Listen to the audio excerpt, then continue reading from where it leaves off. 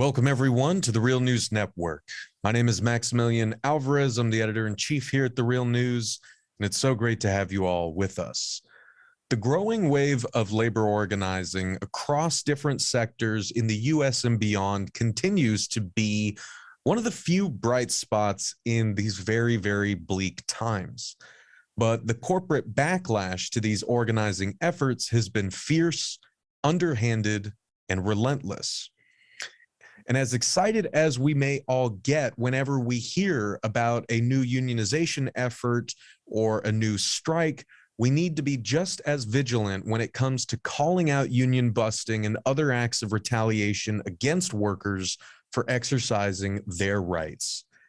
Recently on my podcast, Working People, which we publish every week here at The Real News, I got to speak with Nadia Vitek, a partner at the College Ave Starbucks location in Ithaca, New York, where workers made history earlier this year after all three Starbucks locations in Ithaca unionized at the same time, becoming the first city in the U.S. where every Starbucks corporate location was unionized. In that podcast episode, Nadia and I talked about how Starbucks, in a suspected act of retaliation against workers for unionizing, closed the popular College Avenue location on June 10th. Since then, workers have been left jobless and in dire financial straits, but they are continuing in their attempts to bargain with the company and fight for their workers. Many fear that this is just an escalation in Starbucks' war against the wildly successful unionization effort spreading throughout the country. Just this week, Starbucks announced that it would be permanently closing 16 more locations, ostensibly for safety reasons, though workers and organizers suspect that there may be retaliatory motivations. Then, last week at The Real News, we published a great report from our regular Real News contributor, Molly Shaw, about a similar and similarly infuriating story out of Louisville, Kentucky.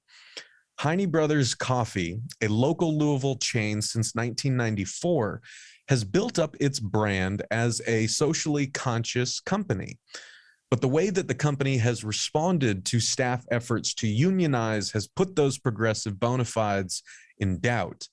As Shaw writes in her piece, quote, "The organizers stress that pay rates at Heine Brothers often do not rise to the level of a living wage in Louisville, and that baristas are dependent on tips from customers to fill the pay gap, a system that results in variable take-home pay and a lack of stability.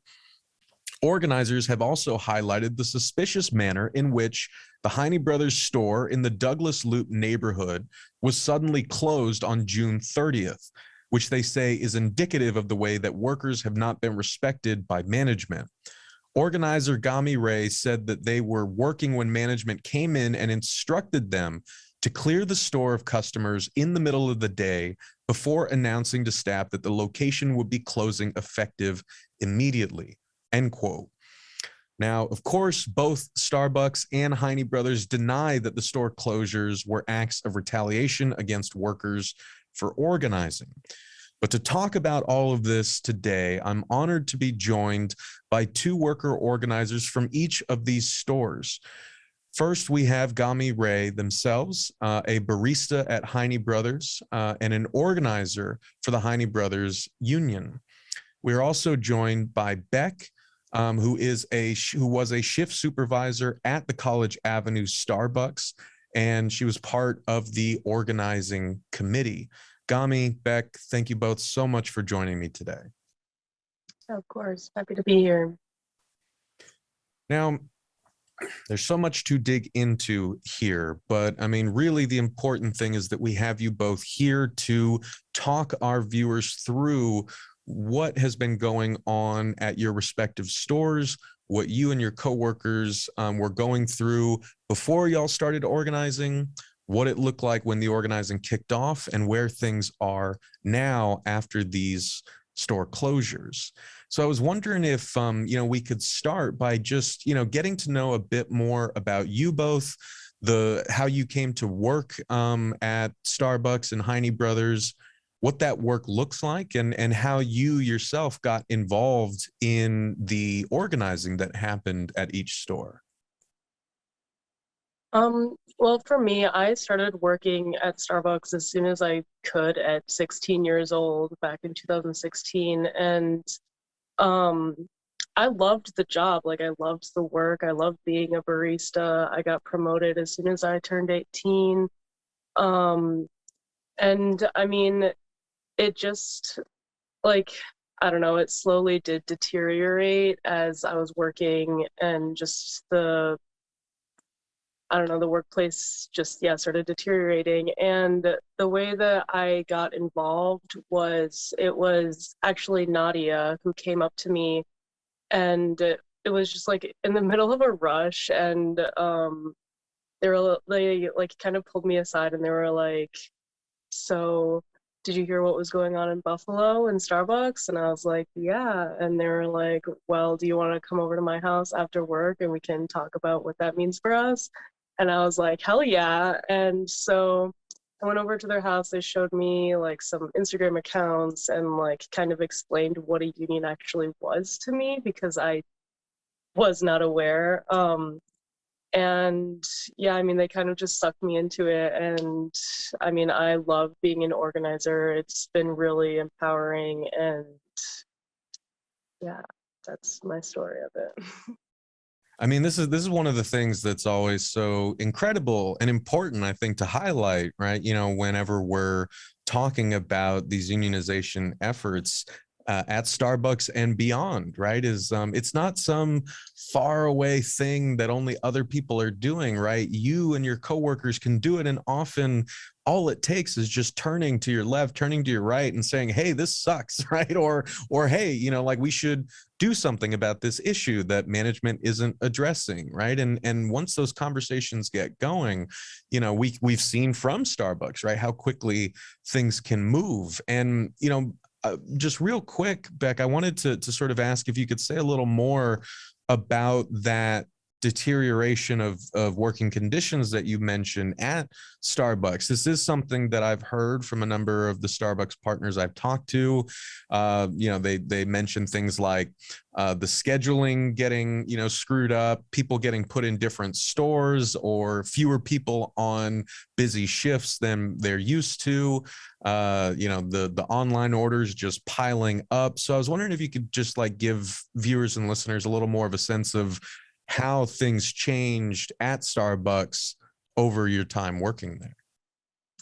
I mean, well, all the really bad stuff started when we actually like got into the unionization efforts, but it did start just kind of feeling like they were taking advantage of like my work ethic and like just the things that I was like willing to do.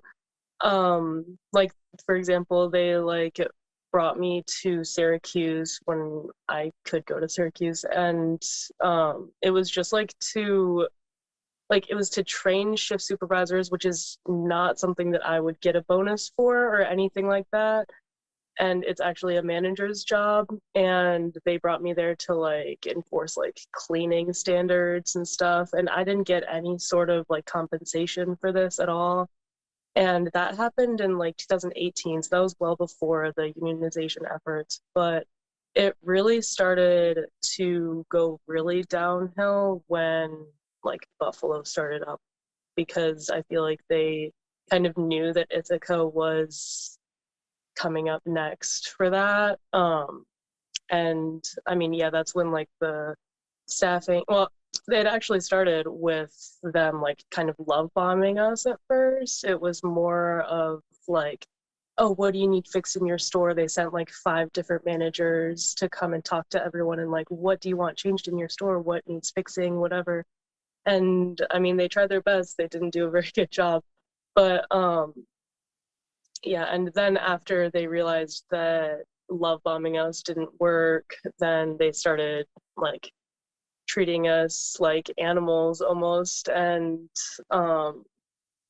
like, yeah, understaffing us, and saying that like we can't turn our mobile loaders off even though they're literally like an hour behind what we're supposed to be making. But yeah, I mean, I could go on and on about how the conditions deteriorated. So Yeah. yeah. Don't you worry. We'll get to that next. So we'll talk about the organizing efforts and the backlash for sure. But that's super helpful. I appreciate it.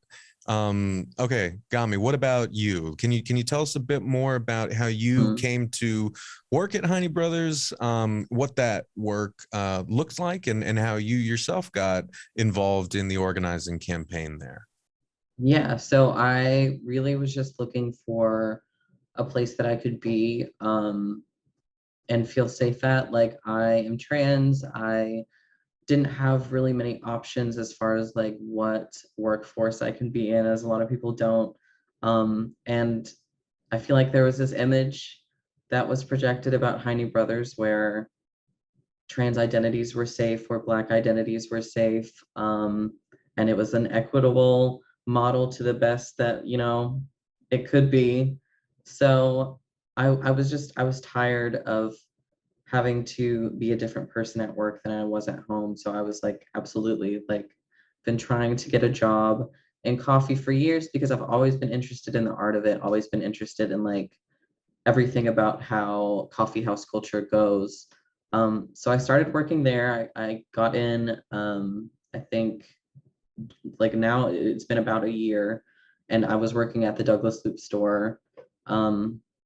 Pretty immediately, I started noticing that things were not what they, what I thought that they were going to be, and noticed that there was treatment of workers that we didn't feel like it was acceptable, and it really did snowball into this point of like, okay, we love our jobs, we love the people that we work with, like so quickly became a close-knit store, so quickly got to a place where we were operating on solidarity interpersonally, and just felt really stunted and thwarted in our ability to do that while at work because we only had so much power to advocate for ourselves and to advocate for each other. And so, I mean, we had been talking about the need for a union pretty much since I started. I was like, this place needs a union. And like, why wouldn't they? Like, it's like a local business. It's like they're progressive. Why wouldn't a union work here? But yeah, like our store to be maintenanced, it seemed like we had to really validate that something needed to be fixed instead of just being like, it is broken, it needs to be fixed. Definitely did not feel like we had a direct line to corporate in any capacity. And even with that, we have no representation in upper management for anyone who is trans. We don't have any Black upper management. We don't have any upper management that reflects the identities that run the business. So we just feel like we're not considered, like our identities are truly not considered in the same way that they are marketed so that their business can be this beautiful progressive image. So yeah. Well, I mean, I think this is like a really important point, right? That because of, workers like yourselves organizing at places like Starbucks and Heine Brothers, it's really, I think, forced a lot of folks out there to update, right, their understanding of what labor organizing looks like and where it comes from, right? Because, it's not always just that, we work at this horrible, like a hellish workplace and we need to unionize to save ourselves. Like, of course that happens. And people working in such conditions obviously desperately need a union. Every worker needs a union. But at the same time, I think that, over the course of the pandemic, especially, we saw a lot of horrifying examples of jobs where even when workers loved working there, we saw like how important it was for workers to have an actual say in how their jobs are run, in how important decisions that affect workers and customers are made, right? You know, just thinking about safety, you know, protocols during COVID waves, right? Do workers get to actually have a say, a vote? Can they veto a decision made by management if they collectively don't feel like their safety needs are being adequately addressed? A lot of times, especially if workers were not unionized, that was not the case. Same goes for the quote unquote like hero pay that a lot of workers in different industries got, you know, when it was a convenient, don't get me wrong, every worker needed and deserved that extra money, and companies from Amazon on down were happy to tout themselves as these benevolent companies, you know, honoring their hardworking employees who were making sacrifices during a pandemic to keep the gears of commerce going. So, you know, they said, oh, we bumped up the hero pay of our hero workers. And then like 2 months later, they ripped it away. Workers had no say whatsoever over that. It wasn't locked into a contract. That's why companies called it hero pay and not hazard pay, because if it's hazard pay, then you have to keep paying it for as long as the hazard persists. And they knew, their legal teams knew how to get around that. Anyway, the point being is that for folks watching and listening, right, you know, there are many complex reasons for organizing in your workplace. And sometimes it really comes down to, hey, we actually like working here. There are things that we do like, but we want to lock those into a contract so that, you know, management can't just decide one day to totally change course. And I think that that's a perfectly reasonable response for any worker to have, regardless of what industry they're in. And you know, just kind of building off that, Beck, I wanted to throw it back to you and ask if you could talk a little more about what that organizing effort looked like amongst you and your co-workers there. You mentioned that y'all were looking at what was happening in Buffalo. I guess, like, could you take us back to that moment when y'all were really deciding to make a go at this? Like, what sorts of conversations were you having? What were the issues that were really important for y'all to organize around, and what was the response from Starbucks? I mean, well, we started with just like first getting like an organizing committee. It was 4 people that we got, like a really solid organizing committee. And we kind of just like, oh my God, what do you call it? Like assigned us people to talk to, like from our stores, to get them on board and like get the feeling of what they're feeling about it. And I mean, we started the conversation with like, it was literally just us going up to them and being like, so how do you like your job? Like, what do you like about it? What don't you like about it? And just like having that casual conversation with them. And we obviously figured out everyone has really big problems with some of the things that Starbucks is pulling right now, especially when it comes to COVID. And I mean, yeah, I think that a lot of what drove us in the beginning was the COVID regulations, because they were like, just at first they were saying like, everyone needs to wear a mask, like there's no seating, like everyone's just in and out, and that's exactly what we wanted. We had like, you know, the dividers and everything, and then all of a sudden they took away the dividers. They said masks are optional. They brought back our seating, didn't ask us our opinion about it at all. And so we were obviously all pretty upset about that, and we wanted to feel safe in our workplace. And yeah, I mean, so that's really what drove us a lot in the beginning, was the COVID regulations. But I mean, it's also just like, I mean, no one can survive off of $15 an hour, and like baristas are making, I think the starting pay at Starbucks where I'm at is like $15.60 something, I don't know. And like no one can survive off of that. And so, and also, I mean, there's just so much more. Like, we want like more affordable healthcare, because the healthcare that Starbucks provides for us, that they love to say that they provide for us, it's super expensive, and it is really, really crappy. Like, you need to pay whatever. But and I mean, yeah, we just want livable wages. We want like more of a say when it comes to disasters like this. I mean, like even another big thing that happened at our store that really like, I mean, drove everyone together, I guess, and also made it just so obvious that we need this is that there was, it started as a bomb threat at Cornell, and our store is literally like right next to Cornell campus. And so there was a bomb threat at Cornell, and so the shift supervisor who was on did like close the store, just like that's just what her decision was. And then when she talked to management, then they like somehow contacted the people at Cornell and found out that it was just an active shooter. It wasn't a bomb threat, it was only an active shooter.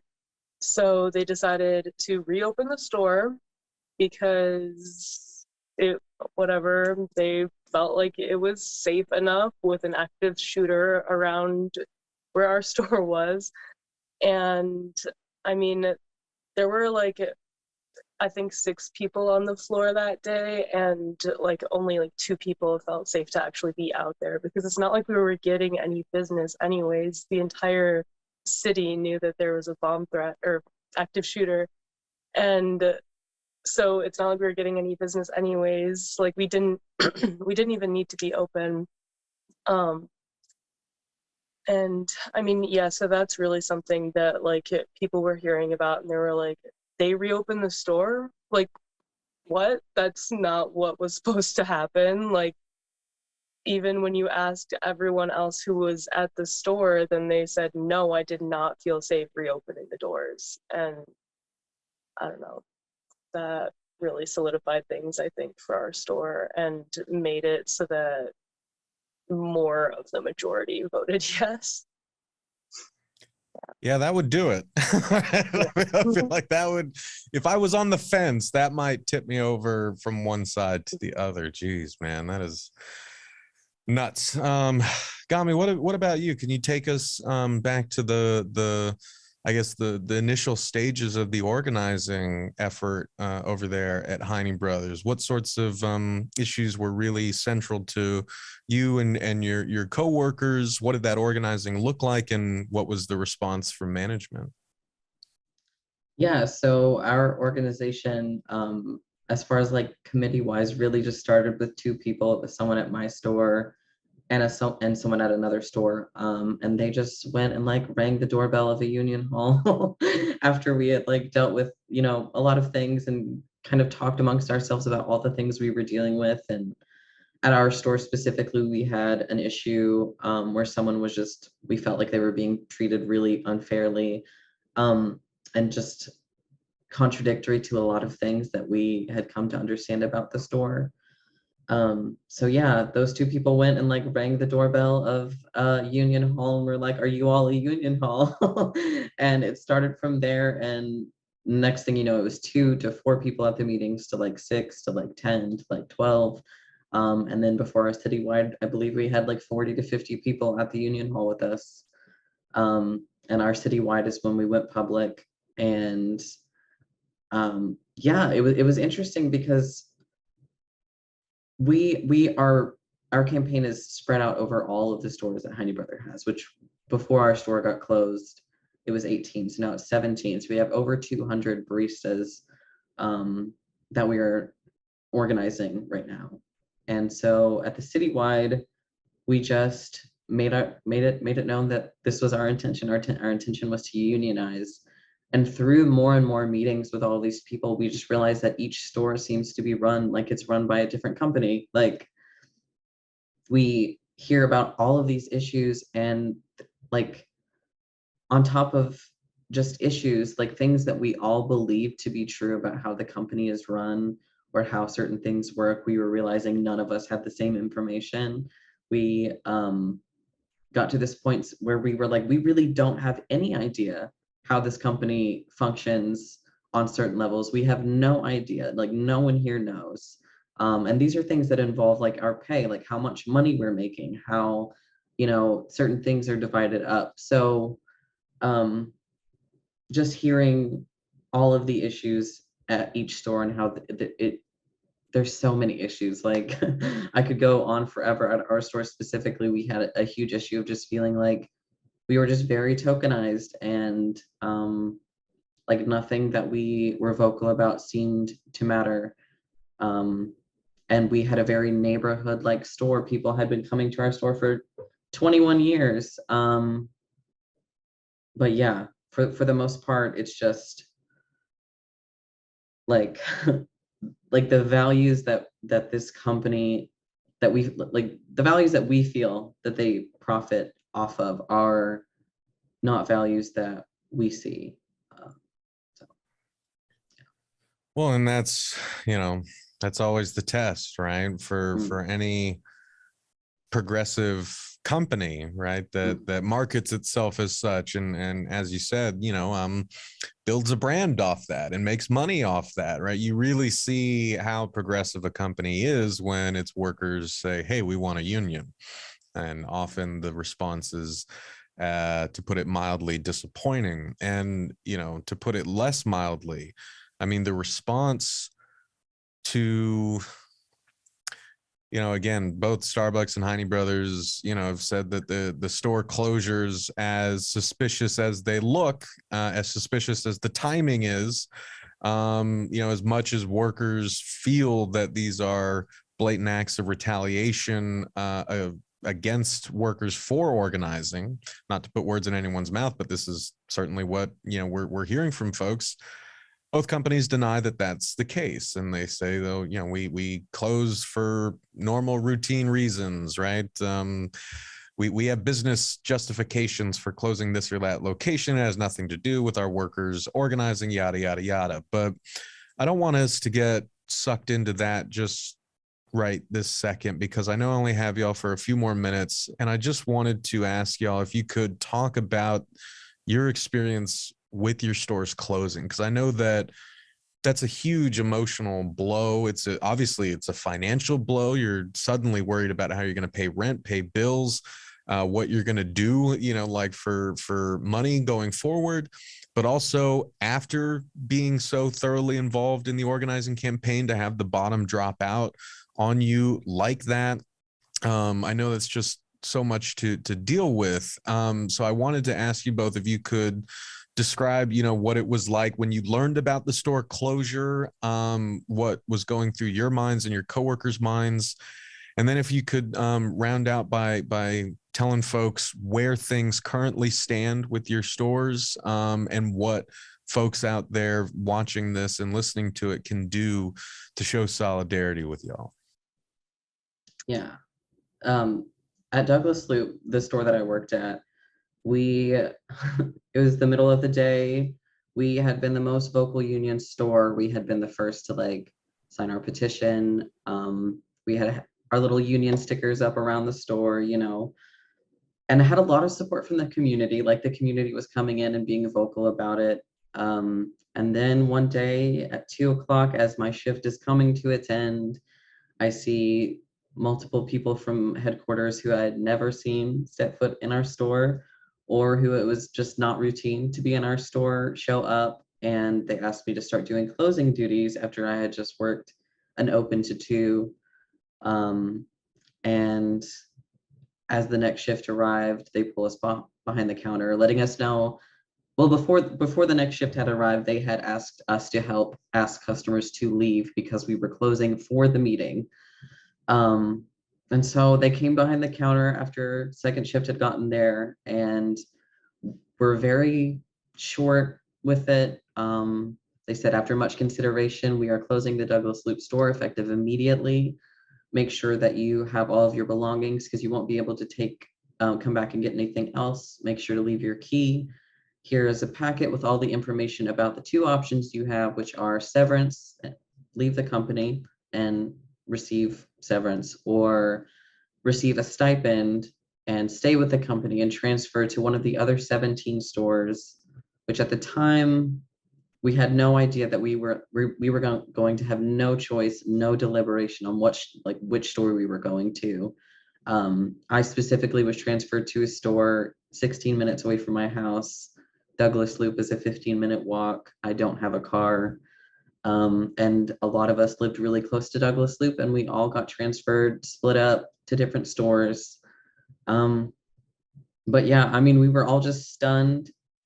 They seemed to have the text that they were going to send to the rest of the staff, like ready to send, because I was like, okay, walk away from the situation that I've just been, you know, given to process. And as soon as I start walking away, I see a text pop up from another one of our staff, like our store is closing, and like send a screenshot of this message. So, and that was that. The next day we held an action to bring awareness to the community that one, our stores closed. The community certainly didn't know.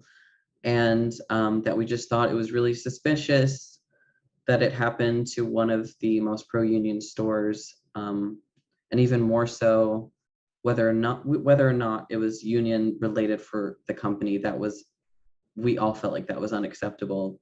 And we also had like 5 days to make our decision over a holiday weekend. The first option was to mail it in before we personally reached out and asked for more options on how to make this decision on paper. So yeah, we're I think we're still all stunned. I think this is the first week for everyone going back to work. We're all still invested in organizing. We had one person choose a severance, but they were going to put their 2 weeks in anyway to move on to another job. So it's not like they weren't pro-union or didn't want to stay and organize. The timing just didn't work out for them to do all of this transfer, do the entire transfer situation. But yeah, we had a lot of people show out for the union meeting following that. People were like, oh my goodness, like this is happening. That was not okay. And we're still going. If anything, this has given us more momentum. And where can folks go to kind of stay up to date on developments and show support for y'all? Yes, so we have a Twitter and an Instagram. It's going to be at HB Workers Union on both platforms. We share our community petition link. We share updates. We share things that are going on, as well as other unions that may need support. So yeah. Awesome, thank you. And Beck, what about you? Can you tell us a bit about the experience of learning about the store closure, where things stand now, and what folks out there can do to show support for you and the other College Avenue workers? Yeah, well, so I was actually on a leave of absence for 2 months for my mental health because I couldn't handle their union busting. And it was like literally 2 days before I was supposed to get back from my mental health leave that they called a meeting over Microsoft Teams for the whole store. And so we had this meeting on, I think it was the 3rd or 4th of June. And it was held by like, I think that there were 4 or 5 execs there. Well, it was my store manager, my district manager, and then like a couple like partner relations people and like some really higher up manager. And the meeting was like 10 minutes long tops. And they were all late. First of all, they're always late. But and so they started by just having my district manager like reading off of this paper, whatever he was reading off of, saying, the store is closing, blah, blah, blah. Like, I don't know exactly what he was saying, but they never even said that it was permanently closing. This was the beginning of summer and it's a college town. So the majority of the store thought, oh, it's just for the summer because that's our slow time. That kind of makes sense. Sure. And so that's like the sense that everyone got in that meeting. We were still all like up in arms about it and like, you can't do this, we're unionized, you need to be bargaining with us about these decisions. And the only response that they had for us for all of our questions on do we have jobs, like what's going to happen, like blah, blah, blah, are we will bargain with your committee in good faith. That's just all they kept on saying to us when our entire bargaining committee was in that meeting. So, okay. But yeah, so the meeting was like 10 minutes long. And as soon as we got off the call, then Nadia, who is our point of contact person for our store, like got off the call and looked at their email, and they got an email from I think it was either the lawyer or one of their like partner resource people that was saying that College Ave is permanently closing due to the grease trap as well as business reasons. So it was permanently closed according to that, which then so we had a week's notice. And so I had 3 days back at work after my 2-month leave.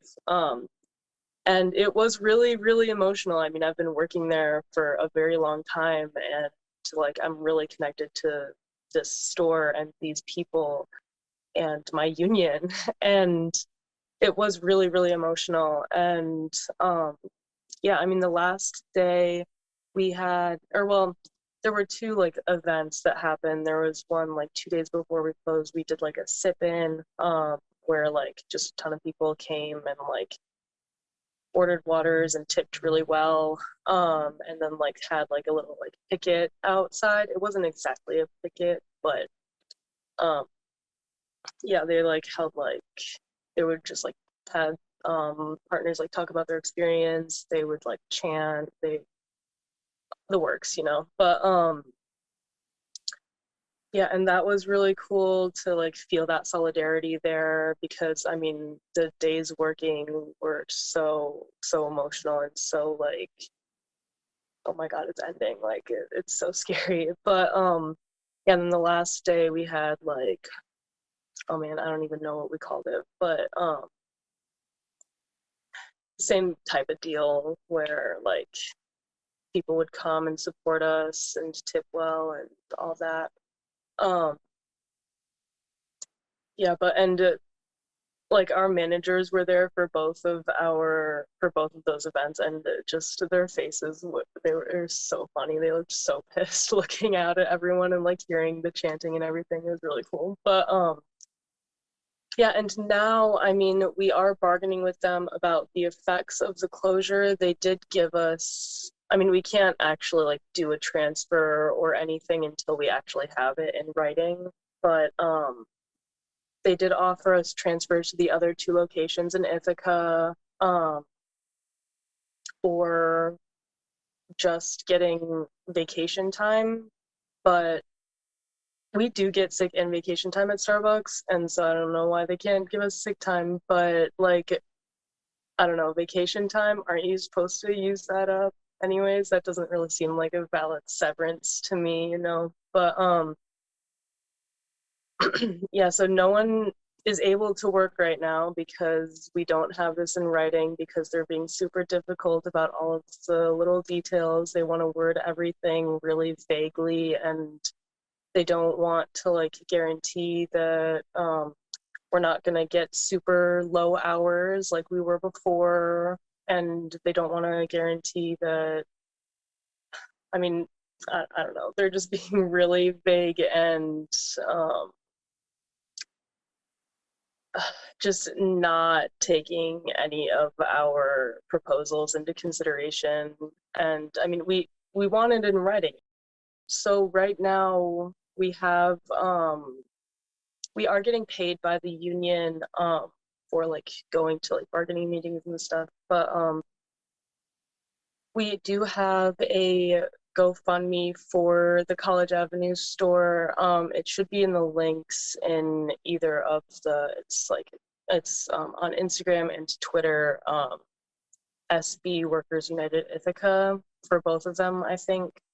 Yeah, and there's a GoFundMe for that because we are all really struggling money-wise. Yeah. So that is Beck, a worker organizer with Starbucks Workers United. a shift supervisor and member of the organizing committee at the College Avenue Starbucks location, which was closed last month. And Gami Ray, a barista and worker organizer at Heine Brothers Coffee in Louisville, Kentucky, at the Douglas Loop location, which was also closed last month. Gami, Beck, thank you so much for joining me today. I really appreciate it. Yeah, thank you. For everyone watching, this is Maximillian Alvarez at the Real News Network. Before you go, please head on over to therealnews.com/support. Become a monthly sustainer of our work so we can keep bringing you important coverage and conversations just like this. Thank you so much for watching.